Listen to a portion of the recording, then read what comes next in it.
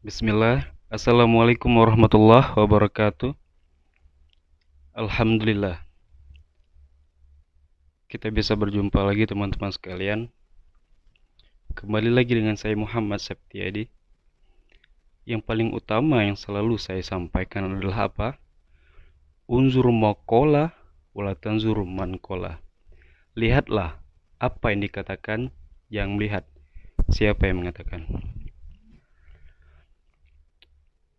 Saya selalu menegaskan teman-teman sekalian bahwa sahnya kita semua adalah orang-orang yang sedang berproses. Ya, setuju akan itu?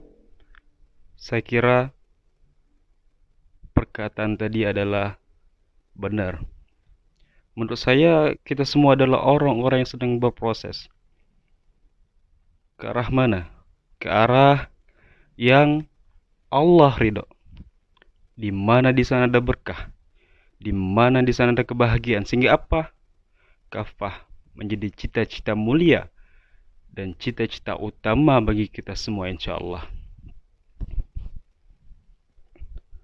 Allahumma salli wa sallim wa barik wa karim ala hazan nabil karim Sayyidina wa habibina wa syafi'ina wa qurrati a'yunina wa maulana Muhammad wa ala ali wa sahbihi ajmain, amma ba'd.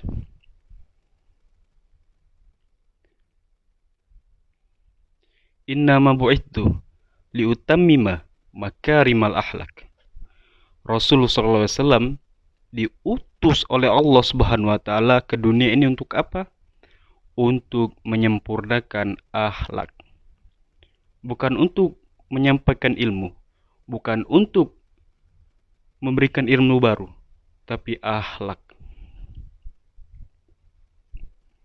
Oleh karena itu, kita sebagai pemuda Islam, sebagai pemuda-pemudi Islam, harus senantiasa mengedepankan akhlak.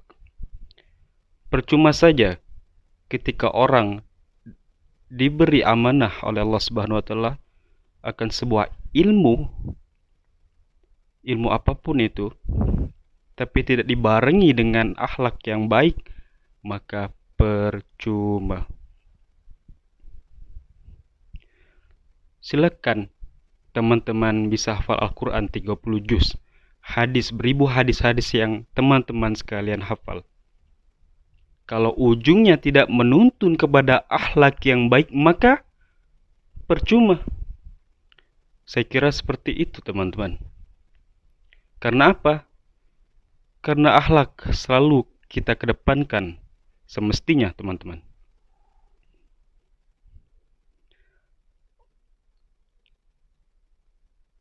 Hal apapun harus kita kedepankan akan akhlak kepada kedua orang tua, kepada teman, kepada saudara. Bahkan ketika kita bertemu dengan orang yang tidak kita kenal sekalipun, kita harus berakhlak. Kita harus mencerminkan Islam yang indah, teman-teman sekalian. Apalagi zaman makin berkembang, makin dahsyat, makin luar biasa. Pola pikir, pergaulan, lingkungan terus melesat kepada hal yang tidak bisa dilihat. Jadi apa yang dilihat oleh orang sekarang adalah akhlak. Jadi guru-guru kita selalu berpesan kepada kita semua, percuma pintar kalau tidak berakhlak. Karena kepintaran itulah yang akan mendatangkan kekacauan dalam dirinya. Menjadi orang soleh bagus, menjadi orang baik harus. Tapi ketika kita merasa lebih soleh dari yang lain, maka mohon maaf, perasaan inilah yang akan mendatangkan kekacauan dalam dirinya. Oleh karena itu, teman-teman, marilah kita pelan-pelan saja, teman-teman, mewujudkan keislaman kita, terkhususnya keislaman dalam diri pemuda-pemudi seperti kita yang sekarang ini. Bukannya enak menurut saya, teman-teman, hidup di dalam perkembangan yang sangat pesat, Saya rasa inilah sebuah ujian dari Allah Subhanahu wa taala. Dengan dihadapkan dengan berbagai kecanggihan teknologi di depan kita, mungkin saja Allah sedang menguji kita, apakah kita sanggup, apakah kita pandai dalam memposisikan hal yang Allah kasih itu. Contohnya saja perkembangan teknologi ini.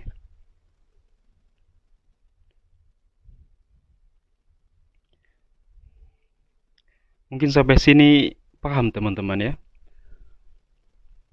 Kenapa saya buat video ini? Saya hanya ingin mencurahkan apa yang saya rasa, apa yang saya pikir, dan apa yang saya alami dalam kehidupan sehari-hari. Karena itulah gunanya teman, karena itulah gunanya sahabat.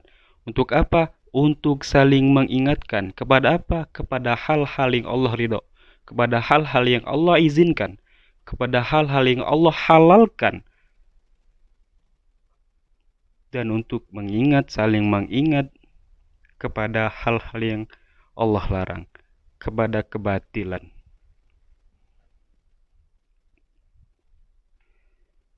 Kita tidak lama hidup di dunia ini teman-teman. Hidup adalah perjalanan. Dan kita punya tujuan. Tujuan kita apa? Hakikatnya menurut orang bodoh ini, tujuan hidup adalah mengabdi kepadanya. Hanya mengabdi kepada Allah Subhanahu wa taala. Allah tidak betul-betul butuh sholat kita teman-teman. Akan tetapi kita butuh sholat agar Allah ridho, agar Allah mencintai kita. Maka dari itu teman-teman sekalian, teman-temanku, sahabat-sahabatku, saudara-saudaraku, marilah kita saling mengingatkan. Marilah kita pelan-pelan saja berubah teman-teman. Pelan-pelan berubah, pelan tapi pasti. Hari ini iman naik, mungkin saja iman besok kita turun. Itu hal wajar teman-teman, tidak apa-apa. Akan tetapi ingat, jangan sampai terlalu lalai, jangan sampai terlalu terjerumus kepada hal-hal yang tidak Allah inginkan. Teman-teman berbuat dosa, sholatlah. Teman-teman berzina mungkin, sholatlah teman. Karena sholat itulah yang akan merubah teman. Bismillah ya. Saya juga seperti itu. Saya juga selalu memaksakan diri, selalu mengupayakan diri ini untuk hal-hal kebaikan datang ke dalam diri kita.